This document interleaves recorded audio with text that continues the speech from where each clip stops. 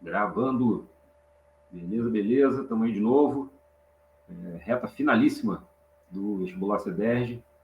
Então, para quem está de olho aí numa vaga do CEDERJ, vamos acompanhar mais um vídeo. A gente vai fazer mais uma bateria de correções aí de questões de vestibulares anteriores do CEDERJ, para a gente ir se ambientando e pegando as regularidades e pegando o padrão do CEDERJ, né, de cobrança de questões.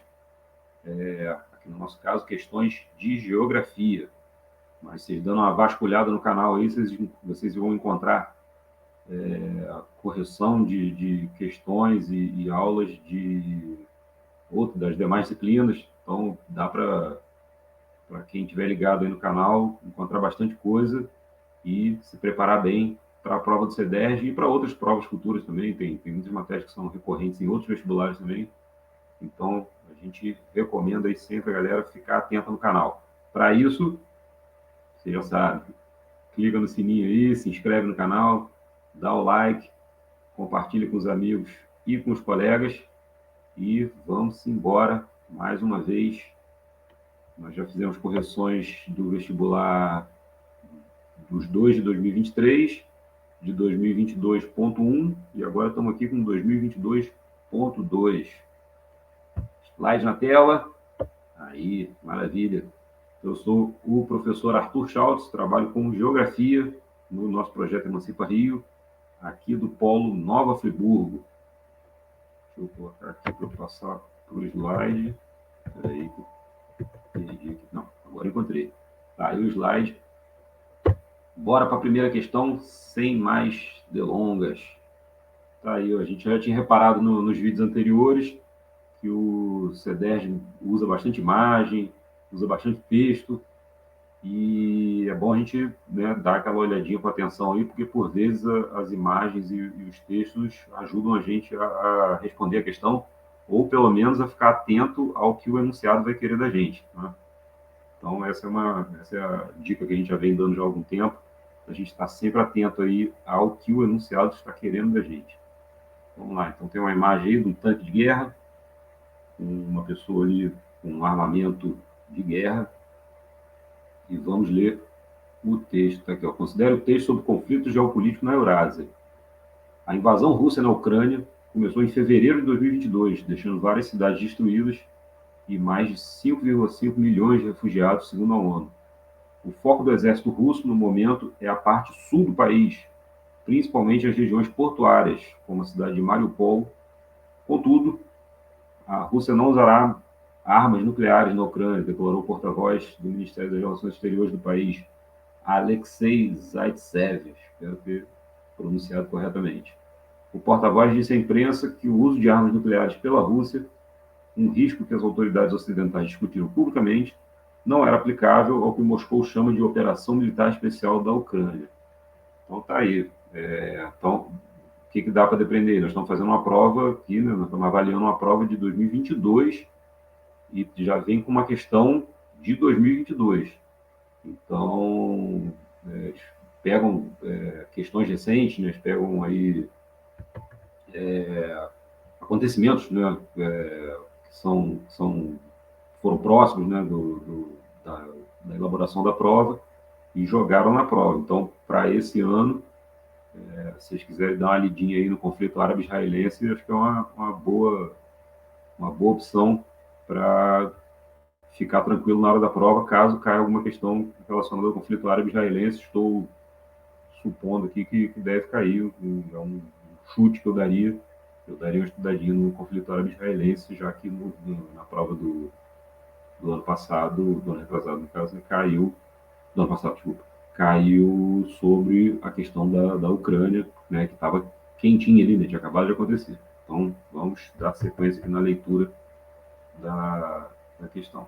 O enunciado pede o seguinte: esse conflito geopolítico entre Rússia e Ucrânia tem origem no seguinte episódio. Então, a primeira coisa lá, tá lendo o enunciado, procura o que está sendo pedido. Então, está pedindo a origem. Já marcaria lá o origem com a caneta para já ficar atento na hora de responder. Então, lá, as opções de marcação são: letra A, adesão efetiva da Ucrânia à OTAN, né? as justificativas, né, da Rússia para a invasão incluíam a questão da OTAN na Ucrânia, as aproximações da Ucrânia e o pedido da Ucrânia de ingresso na OTAN. Entretanto, essa adesão não se efetivou, né, de fato. Era uma tentativa, né, da Ucrânia de aderir, né, à OTAN como forma de se proteger ali de uma possível invasão russa, né? Inclusive, uma das respostas aí do governo ucraniano foi justamente essa: não, peraí, a gente está pedindo adesão à OTAN justamente para se defender da Rússia, e a invasão da Rússia está provando que o pedido era justificável, né? Que era correto o pedido, já que a invasão era iminente, né? Poderia acontecer a qualquer momento.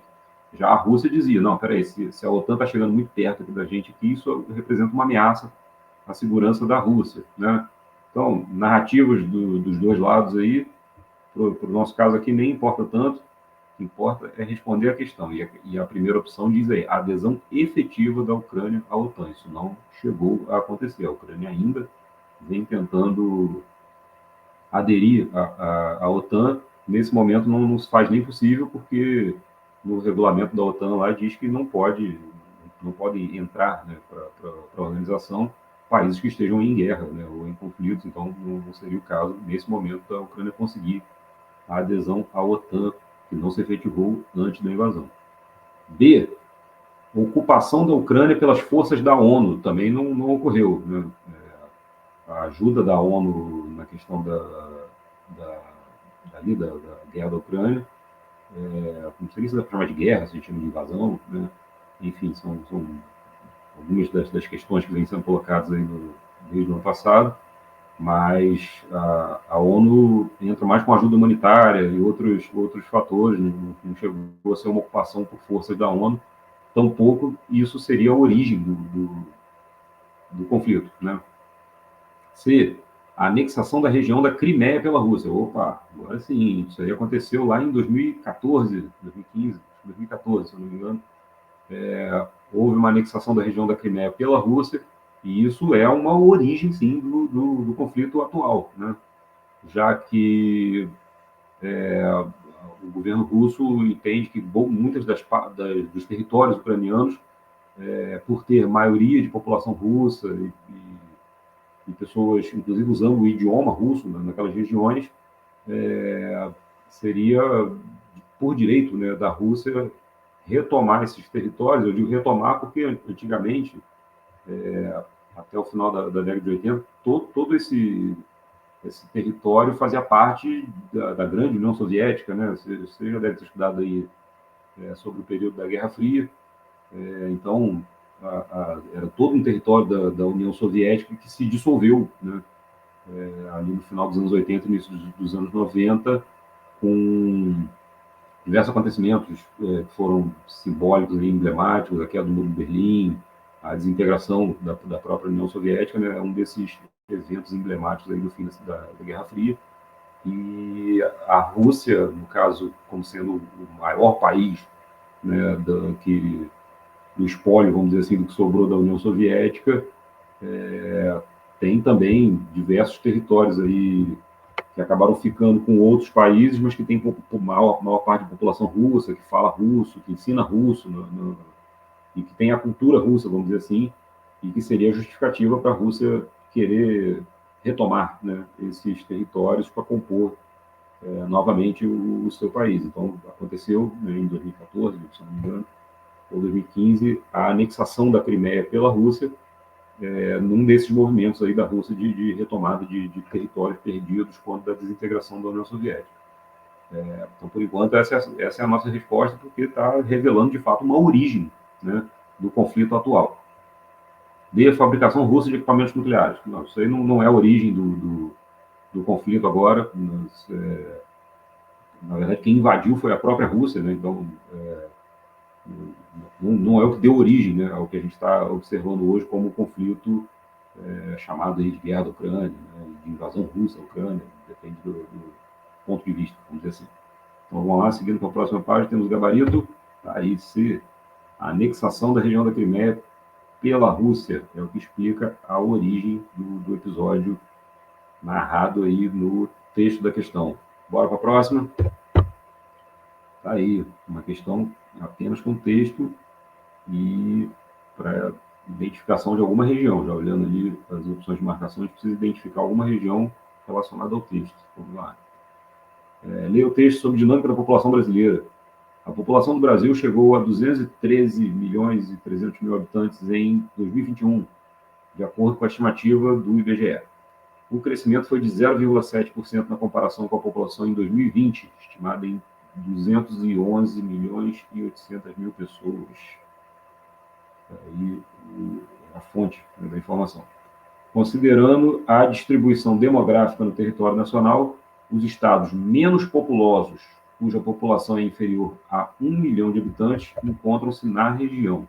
Então, a gente precisa identificar aí qual é a região. Então, mesmo que a gente não saiba assim, exatamente qual é a população de cada estado e tal, tendo uma noção geral de densidade demográfica no Brasil, a gente já saberia que nós temos uma densidade maior na região sudeste, ou seja, uma quantidade maior de pessoas, tanto em números absolutos quanto em números relativos, né?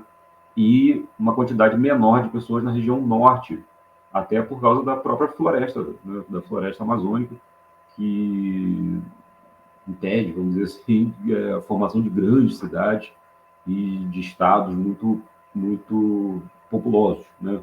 Então, nós vamos ter aí os estados que têm população inferior a 1 milhão de habitantes. A gente tem Roraima, né, que é o estado menos populoso, aí, tem 600, um pouco mais de 600 mil habitantes em Roraima. Temos também o Amapá, com um pouco mais de 700 mil, e o Acre, com um pouco mais de 800 mil habitantes, né? Então, são 3 estados aí da região norte que têm população inferior a 1 milhão de habitantes. Inclusive a própria região norte, de modo geral, tem densidade demográfica muito baixa, coisa de 4 habitantes por quilômetro quadrado, realmente muito baixa a densidade demográfica por causa justamente da questão da floresta, né?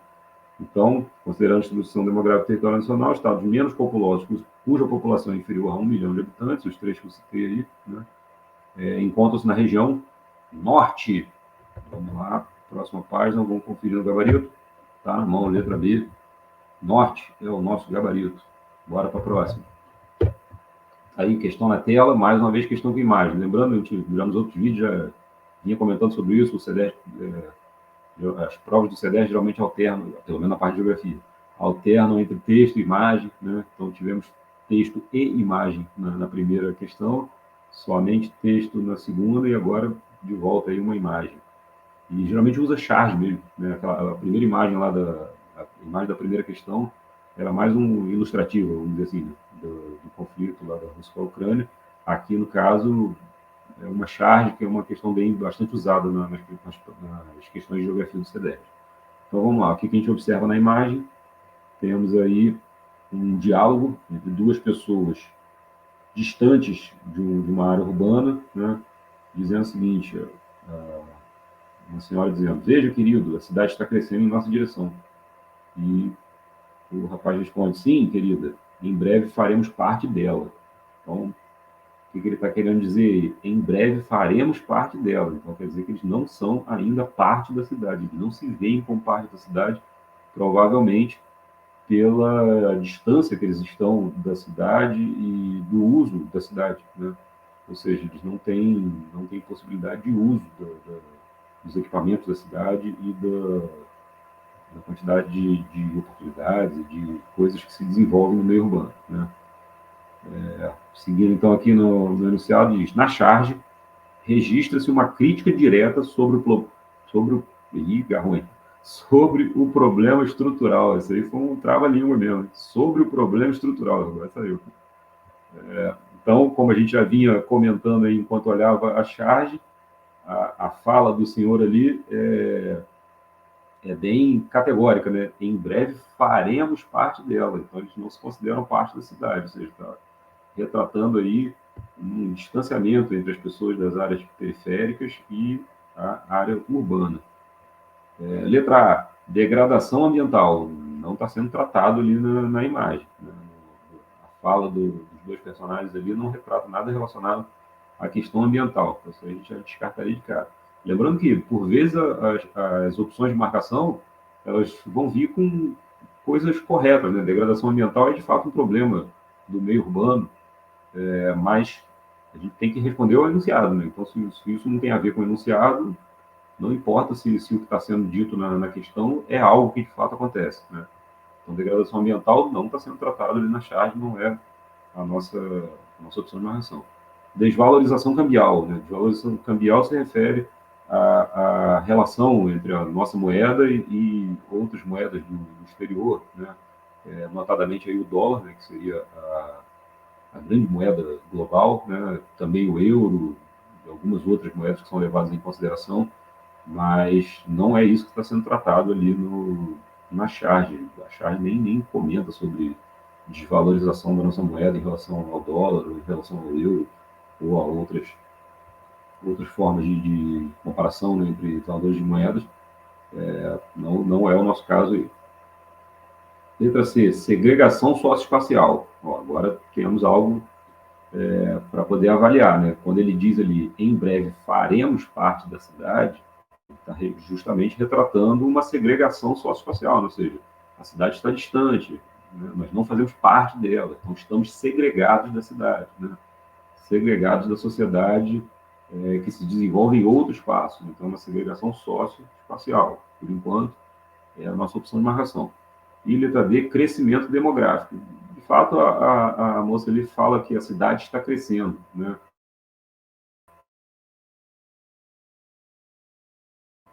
O crescimento da população. Ela só está dizendo que a cidade está crescendo e que vai acabar atingindo a área dela. Só que a gente pode considerar também que tem uma crítica meio irônica nesse caso, porque provavelmente quando a cidade chegar até eles, não é que eles vão fazer parte da cidade, eles vão ser, na verdade, empurrados para mais longe, né? Que é uma condição comum que acontece aí em grandes cidades do Brasil, essa exclusão das pessoas que vão sendo empurradas, né, para áreas ainda mais periféricas, né? Então, basicamente aí, principalmente levando em consideração a fala do senhor ali, ao dizer em breve faremos parte dela, já que a gente já pode depreender que no momento não fazem parte dela, né? A segregação socioespacial seria a nossa resposta. Vamos ver aí na tela o gabarito. Perfeito. Letra C, segregação socioespacial. Próxima questão. Vamos lá, mais uma questão com texto. Então, vai alternando. É uma com texto, uma com imagem, uma com texto, uma com imagem. Então, voltamos com a questão com texto. Considere texto sobre a agricultura no Brasil. Mais uma recorrência ali nas questões de CDE, a gente viu nas provas anteriores também, sempre tem uma questão sobre geografia agrária, né? Ao longo da história, o setor da agricultura no Brasil passou por diversos ciclos e transformações, indo desde a economia canavieira, pautada principalmente na produção de cana-de-açúcar, do período colonial, até as recentes transformações e expansão do café e da soja.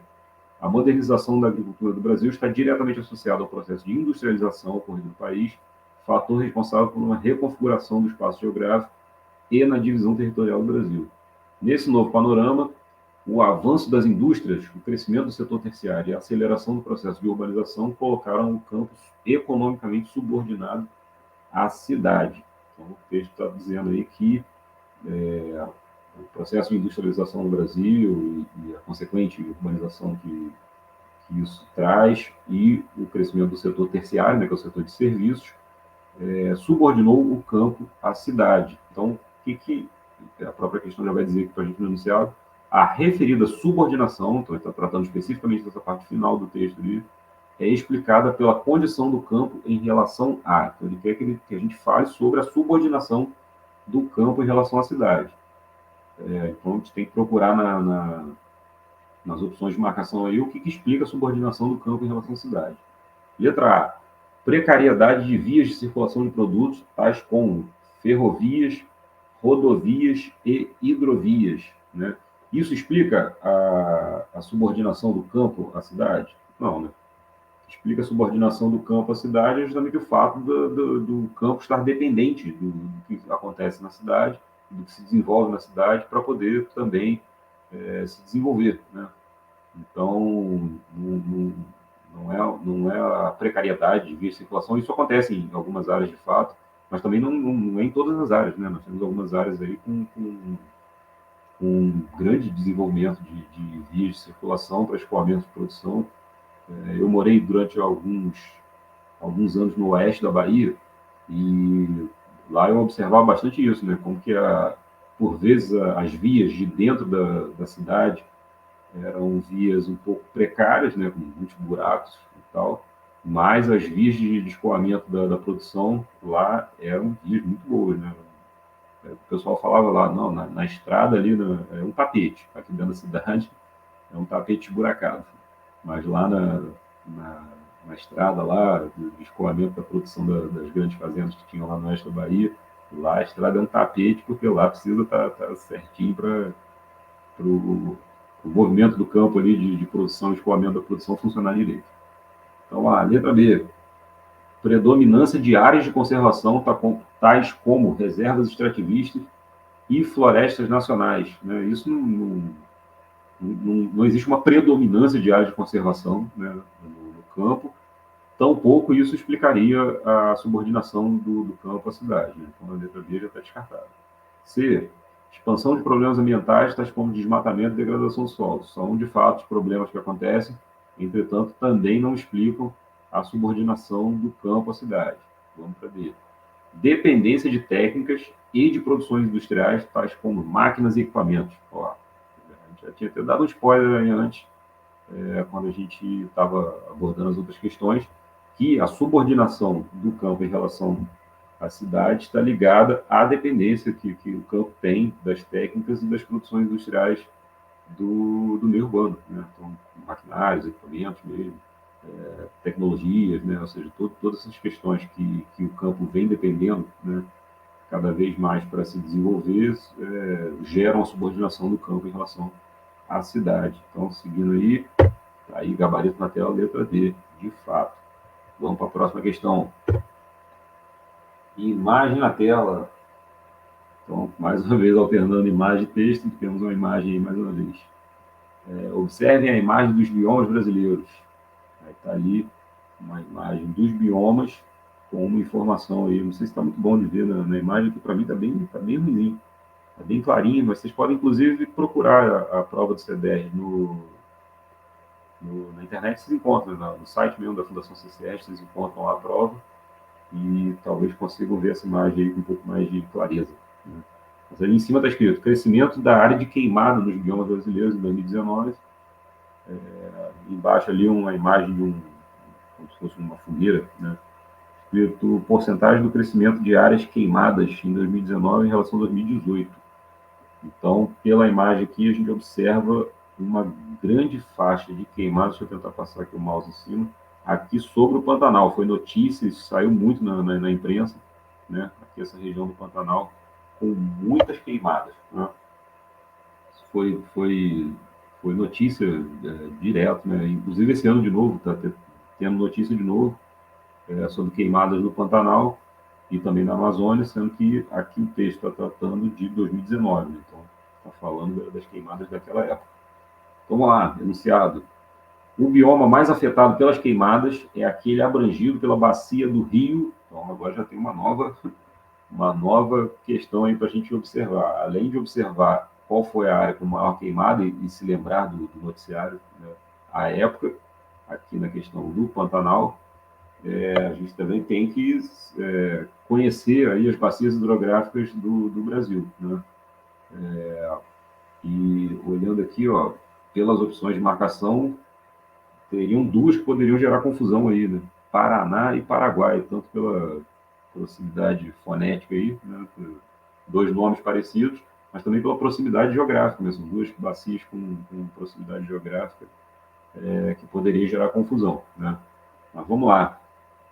Basicamente, precisa conhecer aí as bacias hidrográficas, né? Tem que dar uma olhadinha nos mapas de vez em quando, olhar as bacias hidrográficas, tem mapas de diversos tipos, né? Não só mapas de bacias hidrográficas, tem que olhar mapas de diversos tipos e está sempre ligado aí em questões de regionalização do país por variáveis diferentes, né? Aqui no caso a variável hidrográfica.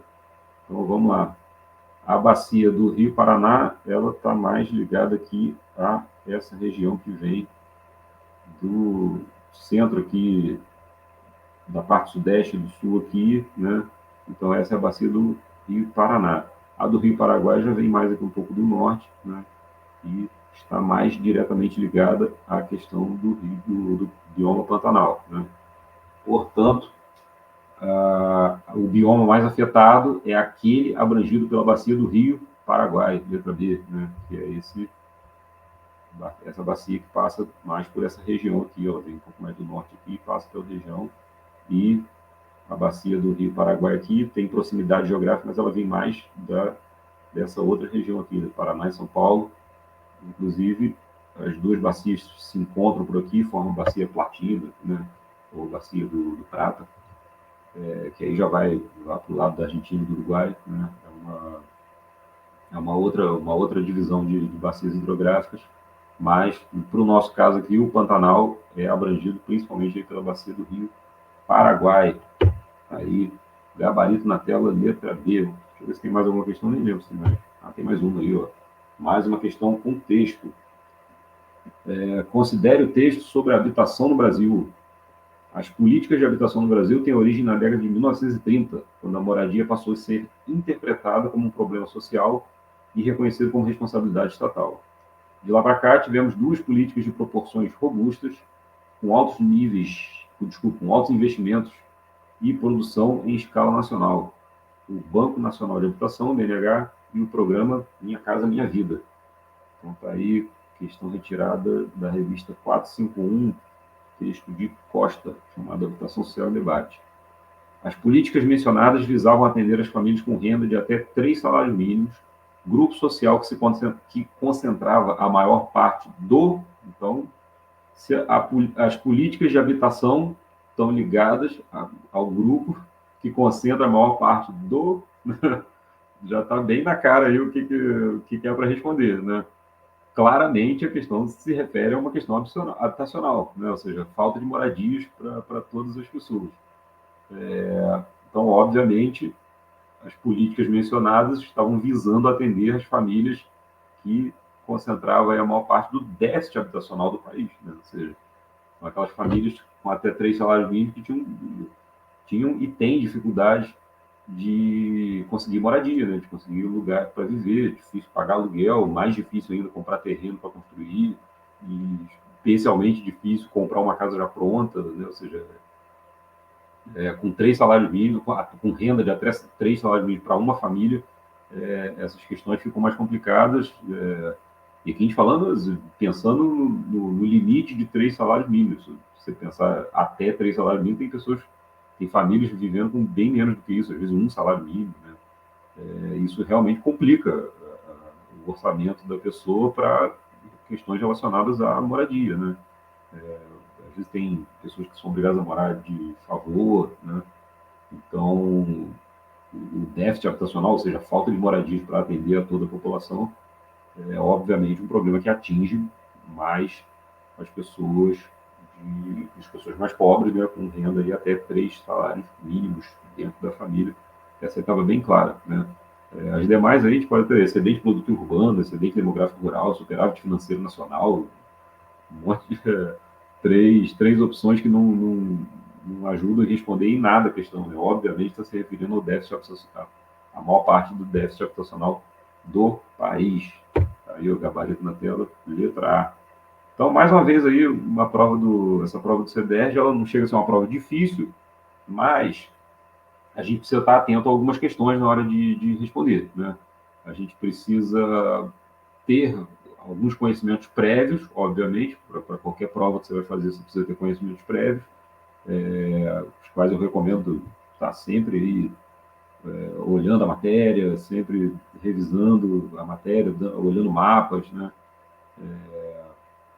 E olhando também o noticiário, né? Isso aí também é extremamente importante, a gente tem que estar atento no noticiário, porque muitas questões acabam vindo diretamente aí do noticiário, mas também, por vezes, a gente consegue responder algumas questões só com uma interpretação ali de lógica, né? Essa última questão aí, por exemplo, mesmo que a gente não soubesse o dado com detalhes ali, de memória, vamos dizer assim, só de ver que o texto trata de políticas de habitação, e o enunciado diz que tais políticas estão voltadas para qual grupo, está na cara que é o grupo que concentra o déficit habitacional, porque é disso que a questão está tratando. Então, mesmo que a gente não soubesse os dados aí, de cabeça, por uma lógica simples, né, de compreender o que está sendo pedido na questão, a gente já chegaria até a resposta. Então, eu recomendo isso. Esse, como é o nosso último vídeo aí sobre questões do CEDES, já que a prova já é agora nesse fim de semana, eu desejo primeiro boa sorte para todos que vão fazer o vestibular do CEDERJ, seja esse aí ou mais algum para frente. Sorte também aos que vão fazer outras provas aí. E a recomendação é aquela, né? Estude, mas também guarde seus momentos de descanso também. Eles são importantes e eles ajudam o nosso cérebro também a digerir. Cérebro digerir é meio esquisito, mas o nosso cérebro a digerir informações, né? Ajuda o nosso cérebro aí a melhorar os nossos níveis de concentração quando a gente também guarda um tempo para descansar. Então, assistam, vocês estão assistindo aí esse último vídeo que a gente está lançando, assistam os demais vídeos também, mas guardem aquele momento de pausa para poder dar um descanso aí para a mente também, que é importante. Pessoal, abraço para vocês. Qualquer dúvida, só jogar aí nos comentários. Para quem ainda não se inscreveu no canal, faça isso agora, antes que esqueça e antes que finalize esse vídeo. Valeu, rapaziada. Ó, meia horinha conseguimos matar todas as questões. Esse vídeo aí foi o menor de toda essa série de correções de questões do CEDES. Abraço para todo mundo. Até a próxima. Valeu.